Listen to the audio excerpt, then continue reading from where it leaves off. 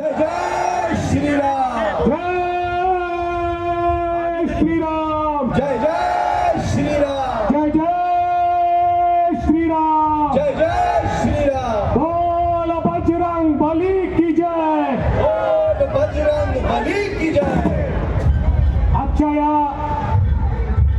अतिशय पवित्र सोहळ्याच्या निमित्ताने या ठिकाणी उपस्थित असलेले माननीय श्यामजी पत्थरगिने, रमेशजी मंत्री, आशिषजी देशमुख, सुरेंद्रजी पांडे, सुधाकरराव देशमुख, शैलेशजी जोगळेकर, रवीजी वाघमारे, राजूजी काळेले, जयप्रकाशजी गुप्ता, रमेशजी गिरडे, संजयजी बंगाले, या ठिकाणी उपस्थित सर्व सन्माननीय पदाधिकारी,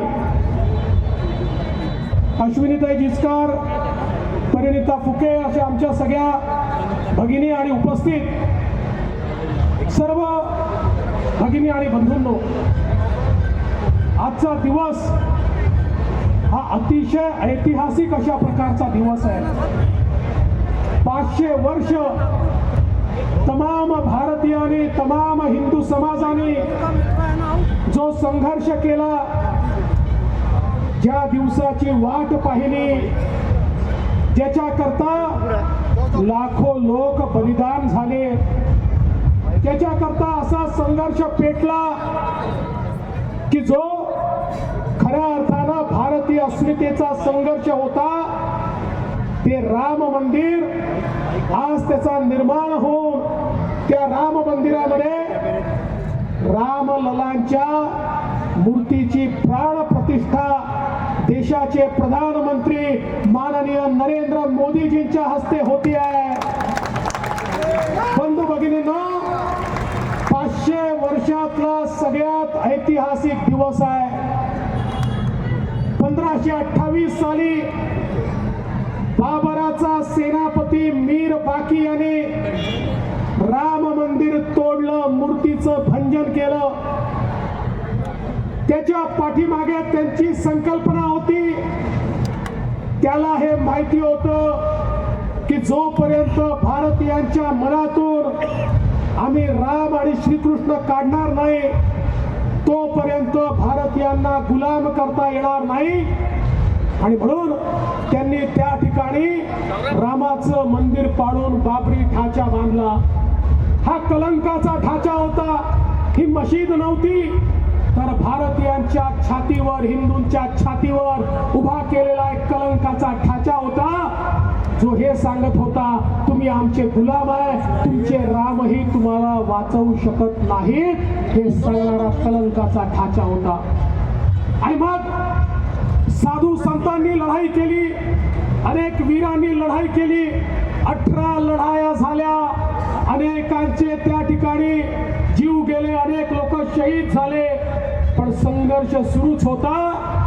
आणि स्वातंत्र्यानंतर विश्व हिंदू परिषदेने हा संकल्प केला की आता कलंकाचा ढाचा जर आपण खाली आणला नाही तर स्वातंत्र्याचं नेमकं मोल काय आहे। राजकीय स्वातंत्र्य तर मिळालं, पण सांस्कृतिक स्वातंत्र्य देखील तेवढंच महत्वाचं आहे।